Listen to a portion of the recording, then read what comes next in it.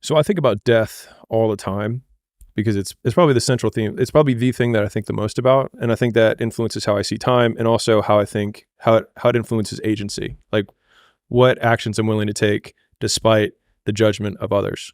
And so a lot of times, and it might be because I have more insecurity than everyone, that I think like, man, I want to do this thing. And then I hear all these other voices of reasons why I shouldn't do it, or why somebody else will say like, that's bad, or you're bad, or like, that's wrong, whatever.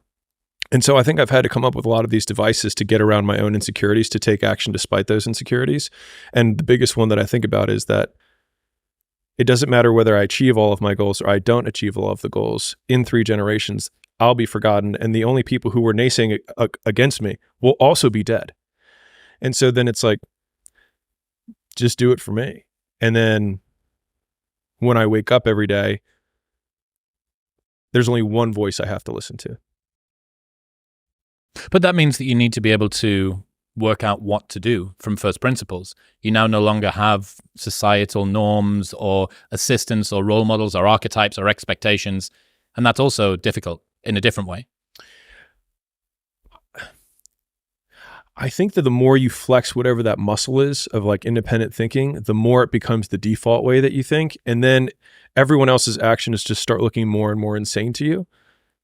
What's an example of that you can think of? I mean, shoot, just the most basic ones of like living the life that you don't want, not wearing what you want to wear, not dating who you want to date, not living where you want to live. Like you're living at home and you want to move and your parents say no and you don't make the move, or you're dating a girl because she's socially accepted, by your friend group. She's safe, but like there's always some distance in between you, but you're like, I don't want to risk it. Right. Or like you're in the job and every day you go there and you're like, I mean, it's okay. And the idea of just living an okay life just sounds so terrifying to me, that the freedom to fail over and over again is still more fulfilling to me. At least it feels like it's real than walking through kind of on autopilot. And so I think that's a lot of the choices that other people make that seem insane to me now, but didn't seem insane to me a decade ago. You know what I mean? I think it's just like, as you practice taking more agency, taking more responsibility for the decisions, then you just get better and better at it. And then it just seems more and more ridiculous. They're like, I just can't quit my job. And you're like, why? Like, no, physically, why? Like, why can't you quit your job? Like, you know what I mean? They start hyperventilating. And it's like, could you move in with your parents? Could you move in with a friend? Could you split rent? I mean, I could, but I mean, other people who are going to die in 100 years would think what? And one of my favorite ones is, and I say this all the time to Layla, like whenever we're getting to some sort of like mini complaint, it's like, if you zoom out far enough, you can't see the earth. So we're talking about like, oh man, they're going to mess up this order on this vendor's, blah, blah, blah. I was like, if you zoom out far enough, you can't see the earth. It's just like, it just puts everything immediately into perspective of how ridiculous some of the things that we're concerned about are. Sean Puri's got this thing where he says, don't follow what most people do because you don't want the results that most people get. The average person is obese, likely to be divorced, and has less than 1K in the bank. It feels safe to do what everyone else is doing, but it's actually a terrible decision. It's like the best way to guarantee to not have the life that you want is to do what everyone else is doing. Unless you want what everyone else has, which no one does. Yeah, it's being able to think for yourself and treating it like a muscle, I think, is a smart way to consider it, because in the beginning it's really, really hard.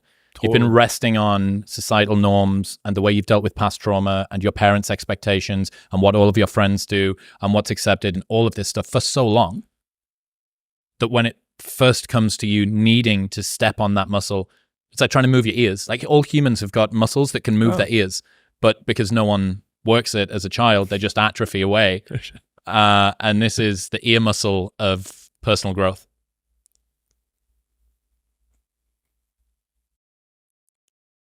I think I had a lot of practice with it because so like a lot of people have many voices that they hear that they feel are judging them, right? They have their friends, they have their uncle, they have their siblings, they have their cousins, coworkers, whatever. I think I had just one voice that I heard really loudly. And I was talking to one of our employees the other day, and I was trying to put it in perspective, a younger guy. And I was like, I imagine how much you care about your mother's opinion and your father's opinion and and all of those other people. I was like, and now imagine that there's literally only one, because I had no siblings. I basically had no mother. I had just a father. And so like his approval was literally everything. And he disapproved of the path that I wanted to take in my life. And so I think a lot of these mental faculties or these little frameworks or these isms just came from like, how can I combat this incredibly booming voice in the background? Because like when I look at what I was doing at the time, like I was a consultant, I graduated in 3 years, I took the consulting job, I did all the things. But the craziest thing was that the moment that my father was most proud of me and he approved of my life the most was when I was the saddest. And so that's when I was like, maybe his approval isn't the right way to feel good about life. And so that started basically the 6-month journey from when I decided that I wanted to change my life till when I changed it. And I think that like as you become more able or more potent or higher agency, that timeline between when you decide you want to do something and when you actually do it just continues to compress, right? Like now if I want to change something, I'm like, let's change it, like done. We walk out of a thing, I was like, we're never going to do that podcast again, or I don't want to talk to this person again, or whatever it is, right?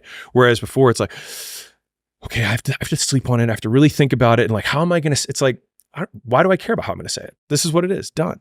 And it's just like, and that timeline is compressed, but the hardest one for me, like the first one was by far the hardest. And everyone since then, the nice thing is that no matter how difficult your circumstance is, if you have, like the bigger the wall that you have to get through is, as soon as you get past that one big wall, you then can use that wall as the evidence for why you can jump over the next wall, because that will be the biggest one.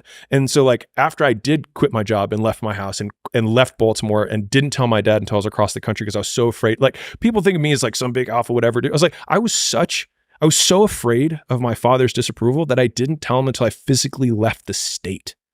Like I'm not like, think about that.